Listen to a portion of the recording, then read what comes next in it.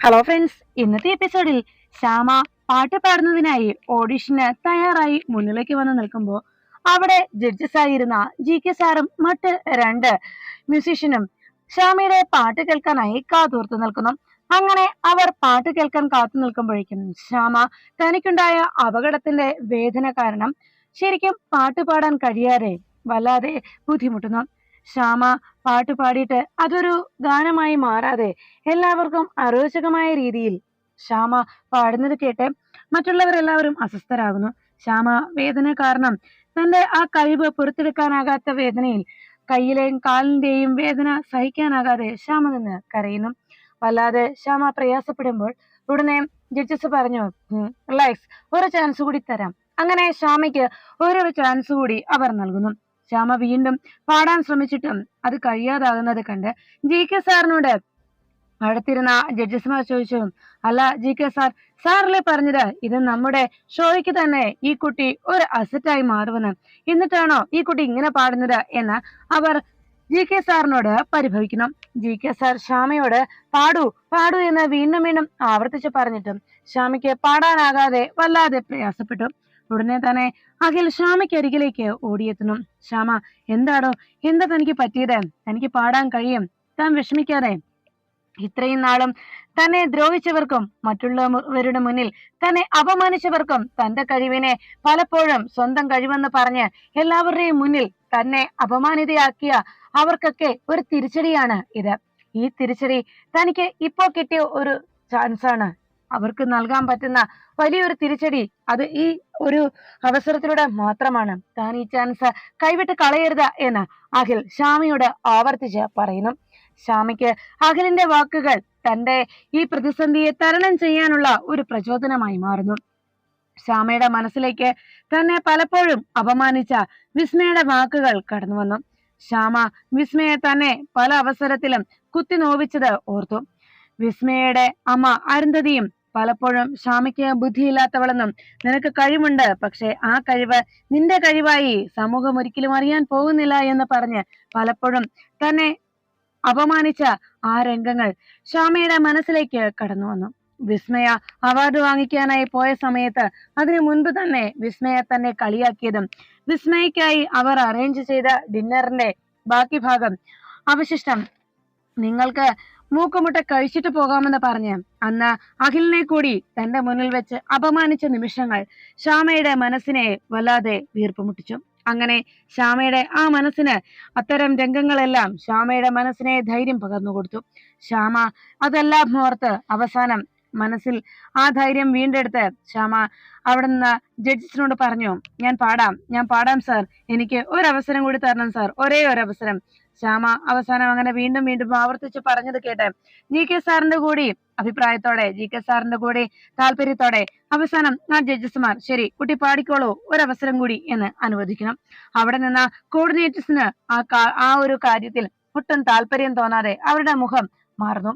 ഈ സമയത്ത് അവരങ്ങനെ പെട്ടെന്ന് ഒരു തീരുമാനം എടുത്തത് കണ്ട് അഖിലിന്റെയും ശ്യാമയുടെയും ഒക്കെ ആ ആഗ്രഹം, അഖിലിന് തന്റെ ഭാര്യ ഒരു നല്ലൊരു പാട്ടുകാരിയായി ശ്യാമയുടെ ആ കഴിവ് ലോകം മുഴുവൻ അറിയണമെന്നുള്ള ആഗ്രഹത്തോടെ അഖിൽ അങ്ങനെ കാത്തു നിൽക്കുമ്പോ ശ്യാമ അവസാനം എല്ലാവരുടെയും താല്പര്യം മനസ്സിലാക്കി തന്റെ കഴിവ് മറ്റുള്ളവരുടെ മുന്നിൽ പ്രകടിപ്പിക്കാനായി തയ്യാറാകുന്നു.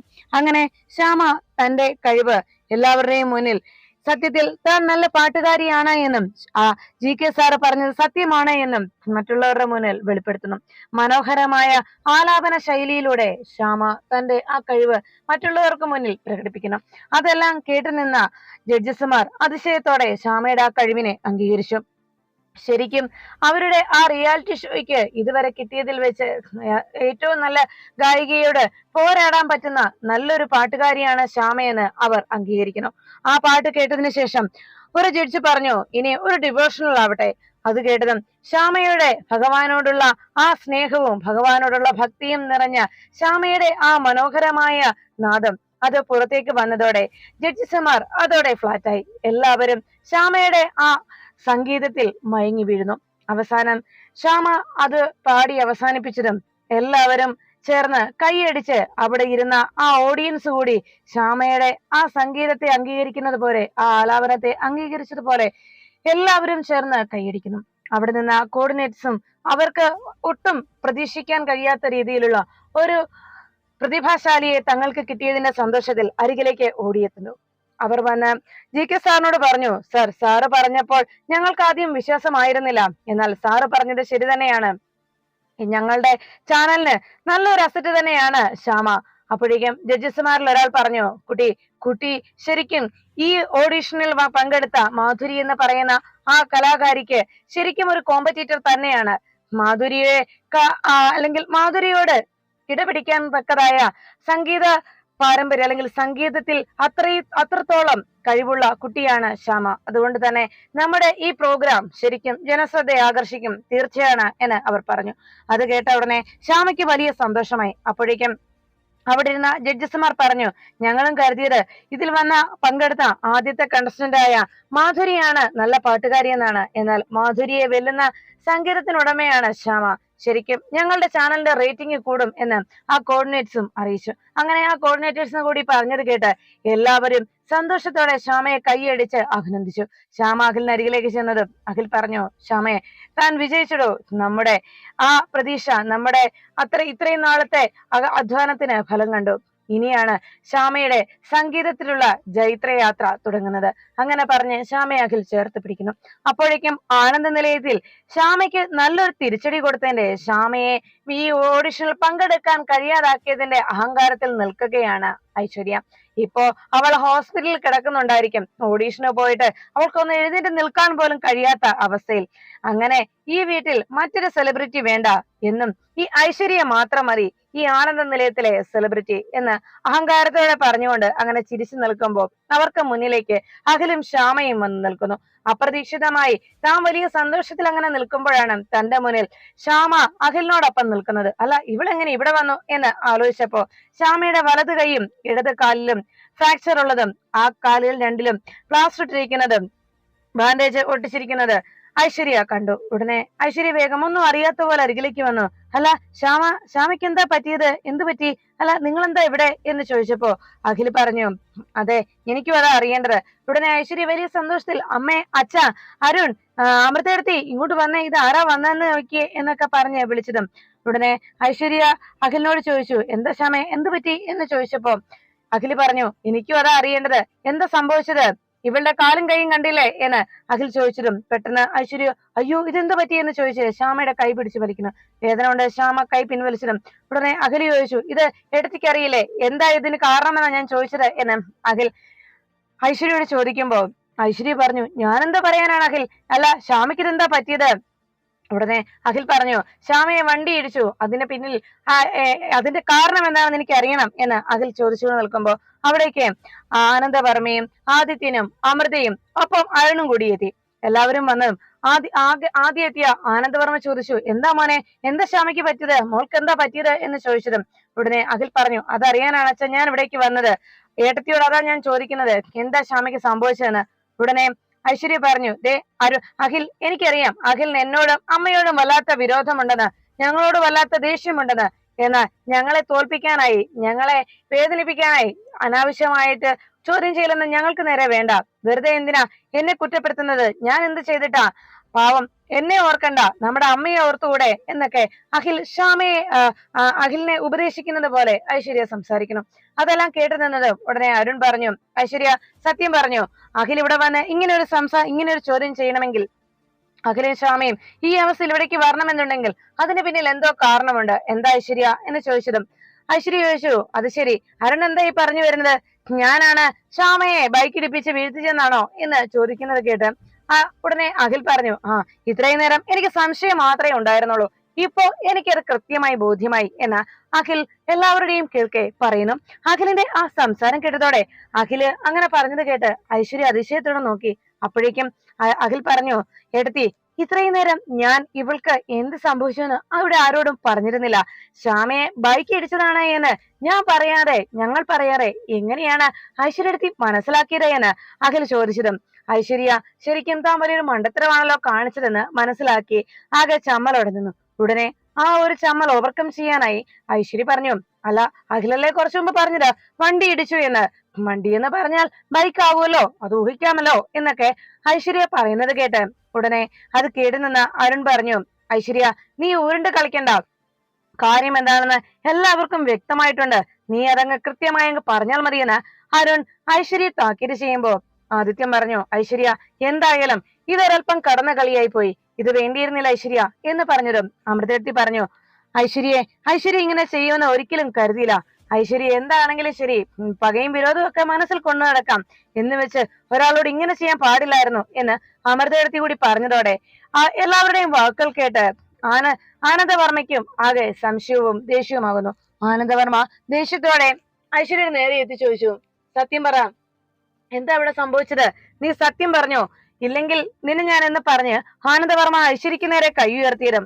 ഉടനെ ഐശ്വര്യ പെട്ടെന്ന് ഭയത്തോടെ പറഞ്ഞു, ഞാനാ ചെയ്തത്, പക്ഷെ ഇത് അമ്മ പറഞ്ഞിട്ടാണ്. അത് കേട്ടതോടെ ആനന്ദവർമ്മയും മക്കളുമെല്ലാം ഞെട്ടിത്തെറിച്ചു നിൽക്കുന്നു.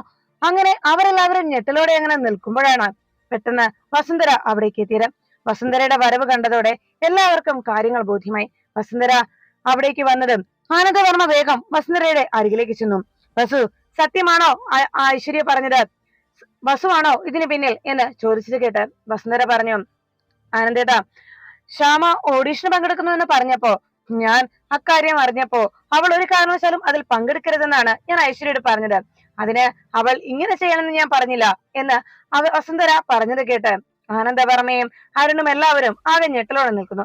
ഉടനെ തന്നെ ആനന്ദവർമ്മ വസുന്ധരയോട് ഇങ്ങനെ പറഞ്ഞത് കേട്ട് വസുന്ധര ഇങ്ങനെ സംസാരിച്ചത് കേട്ട് പെട്ടെന്ന് ഞെട്ടലോടെ പറഞ്ഞു, അമ്മ ഇങ്ങനെ ചെയ്തത് വളരെ ക്രൂരമായി പോയി എന്ന് ആദിത്യൻ വസുന്ധരയോട് പറയുമ്പോ അത് കേട്ടു നിന്ന അമൃതേർത്തി പറഞ്ഞു, ഒരമ്മയ്ക്ക് ഒരിക്കലും ഇങ്ങനെ ചെയ്യാനാവില്ല, ഇങ്ങനെ ഒരിക്കലും ചെയ്യാൻ പാടില്ലായിരുന്നു. അപ്പോഴേക്കും ഉടനെ അരുൺ പറഞ്ഞു, എന്റെ അമ്മ ഇങ്ങനെയൊക്കെ ചെയ്യുവോ എന്ന് ചോദിച്ച് അരുൺ അതിശയപ്പെട്ട് അങ്ങനെ നിൽക്കുമ്പോ ഉടനെ ആനന്ദവർമ്മ പറഞ്ഞു, വസു, ഇത്രയും നാളും വസുവിനോട് എനിക്കൊരു മതിപ്പുണ്ടായിരുന്നു, എന്തൊക്കെ സംഭവിച്ചെന്ന് പറഞ്ഞാലും, പക്ഷേ ഇന്ന് അതുകൂടി ഇല്ലാതായി എന്ന് വിഷമത്തോടെ ആനന്ദവർമ്മ പറയുന്നു. ഈ സമയത്ത് ഇതെല്ലാം ഇതെല്ലാം കേട്ടുകൊണ്ട് നിന്ന ശ്യാമ പറഞ്ഞു, അമ്മേ, ഇത്രയും നാൾ ഞാൻ എന്റെ അമ്മയെ ഞാൻ എന്റെ അമ്മയെക്കാളേറെ ഞാൻ സ്നേഹിച്ചത് ആനന്ദ നിലയത്തിലെ വസുന്ധരാമയായിരുന്നു. അമ്മ എന്നോട് വെറുപ്പ് കാണിച്ചപ്പോഴും അകൽച്ച കാണിച്ചപ്പോഴും ദേഷ്യം കാണിച്ചപ്പോഴും ഒക്കെ എന്റെ ആ ഇഷ്ടത്തിൽ ഒരിക്കലും കുറവ് സംഭവിച്ചിട്ടില്ല. എന്നാൽ ഇപ്പോ അമ്മയാണിത് ചെയ്യിച്ചെന്ന് പറഞ്ഞപ്പോൾ എന്റെ മനസ്സ് വല്ലാതെ വേദനിച്ചു അമ്മേ എന്ന് ശ്യാമ വസുന്ധരയോട് പറയുമ്പോ അഖിൽ പറഞ്ഞു, വേണ്ട ശ്യാമ, താനൊന്നും പറയണ്ട, ഇനിയും ഇവരോട് പറഞ്ഞിട്ട് കാര്യമില്ല, ഇവരുടെ മനസ്സ് അത്രയ്ക്കും ദുഷിച്ച മനസ്സാണ്, ഇവർക്ക് സ്വന്തം മക്കളോട് പോലും സ്നേഹമില്ലാത്ത രീതിയിലാണ് ഇവർ പെരുമാറുന്നത്. ഇനി ഇവിടെ നിൽക്കേണ്ട ശ്യാമ, നമുക്ക് പോകാം, ഇവരെ കാണുന്നത് എനിക്ക് അറപ്പാണ്, വെറുപ്പാണ്, ഇനിയും നമ്മളിവിടെ നിന്നാൽ ഒരു തോക്ക് കയ്യിൽ കിട്ടിക്കഴിഞ്ഞാൽ ഇവർ സ്വന്തം മകനെയും മരുമകളെയും വെടിവെച്ച് കൊല്ലാൻ പോലും മടിക്കില്ല എന്ന് അഖിൽ പറഞ്ഞുകൊണ്ട് ശ്യാമയെ വിളിച്ചുകൊണ്ട് അഖിൽ ആനന്ദ നിലയത്തിൽ നിന്ന് ഇറങ്ങുന്നു. അഖിലിന്റെ വാക്കുകൾ കേട്ട് വസുന്ധരയുടെ മനസ്സ് വല്ലാതെ പിടഞ്ഞു. അപ്പോഴേക്കും ആദിത്യൻ വസുന്ധരയെ ഒന്ന് നോക്കി, അമ്മ എന്തിനിങ്ങനെ ചെയ്തു എന്ന ഒന്ന് സംസാരിക്കാതെ തന്നെ ആ ആദിത്യന്റെ നോട്ടത്തിൽ നിന്ന് കഷ്ടമായി പോയമ്മേ എന്നുള്ള രീതിയിൽ ആദിത്യൻ വസുന്ധരയെ നോക്കി ഒന്ന് പുഞ്ചിരിച്ചിട്ട് ഒരു പുച്ഛത്തോടെ ഒരു പുഞ്ചിരി കാട്ടിയിട്ട് അവിടെ നിന്ന് ആദിത്യനും പോയി. അവസാനം അരുൺ വസുന്ധരയുടെ അരികിലേക്ക് എത്തി പറഞ്ഞു, അമ്മേ, ഇത് അമ്മ ചെയ്ത പ്രവൃത്തി, കണ്ടെത്തിയ പ്രവൃത്തി, എന്നാൽ പുറത്തറിയാത്ത ഇതിലും വലിയൊരു ക്രൂരത എന്റെ അമ്മ ചെയ്തിട്ടുണ്ട്. ഈ പാപങ്ങളൊക്കെ അമ്മ ഏത് ഗംഗയിൽ കൊണ്ടുപോയി ഒഴുക്കുവമ്മേ എന്ന് ചോദിച്ച് അരുൺ അവിടെ നിന്ന് പോകുമ്പോ വസുന്ധരയ്ക്ക് മറുപടിയൊന്നും പറയാനില്ലാതെ ആകെ പകച്ചു നിന്നു. അപ്പോഴേക്കും വസുന്ധര ആ അരുണിന്റെ വാക്കുകൾ കേട്ട് വിഷമത്തോടെ നിൽക്കുന്നത് കണ്ട് ഐശ്വര്യ വേഗം വസുന്ധരയുടെ അരികിലേക്ക് എത്തി. അമ്മേ, ഞാൻ മനഃപൂർവ്വം ഒറ്റ കൊടുത്തതല്ല, പെട്ടെന്ന് അച്ഛൻ എന്നെ നേരെ ഷൗട്ട് ചെയ്തപ്പോ അറിയാതെ ഞാൻ പറഞ്ഞു പോയതാണ് എന്ന് പറഞ്ഞു. അല്ല അമ്മേ, ഇപ്പോ അരുൺ ഒരു കാര്യം പറഞ്ഞിട്ട് പോയല്ലോ, അമ്മ ഇതിലും വലിയ എന്തോ ക്രൂരത ചെയ്തിട്ടുണ്ട് എന്ന്. എന്താ അമ്മേ, ആ ശ്യാമയെ ഇല്ലാതാക്കാനാണോ അമ്മ ഇതുപോലെ എന്തെങ്കിലും ചെയ്തതെന്ന് ചോദിച്ചതും വസുന്ധര ഞെട്ടലോടെ ഐശ്വര്യ നോക്കി. എന്താ അമ്മേ, അത് എന്നോട് കൂടി ഒന്ന് പറയമേ, ആ ശ്യാമയെ ഇല്ലാതാക്കാൻ വേണ്ടിയായിരുന്നെങ്കിൽ എനിക്കത് കേട്ട് സന്തോഷിക്കാമല്ലോ എന്ന ഐശ്വര്യയുടെ വാക്കുകൾ കേട്ട് വസുന്ധര ഒന്നും മിണ്ടാതെ അവിടെ നിന്ന് പോകുന്നു. അത് കണ്ടതോടെ ഐശ്വര്യ മനസ്സിൽ തീരുമാനിച്ചു, എന്തായാലും അമ്മ കാര്യമായി എന്തോ ഒന്ന് ചെയ്തിട്ടുണ്ട്, അത് തീർച്ചയാണ്, എന്തായാലും അത് കണ്ടെത്തുക തന്നെ വേണം എന്ന് ഐശ്വര്യ തീരുമാനമെടുക്കുന്നു.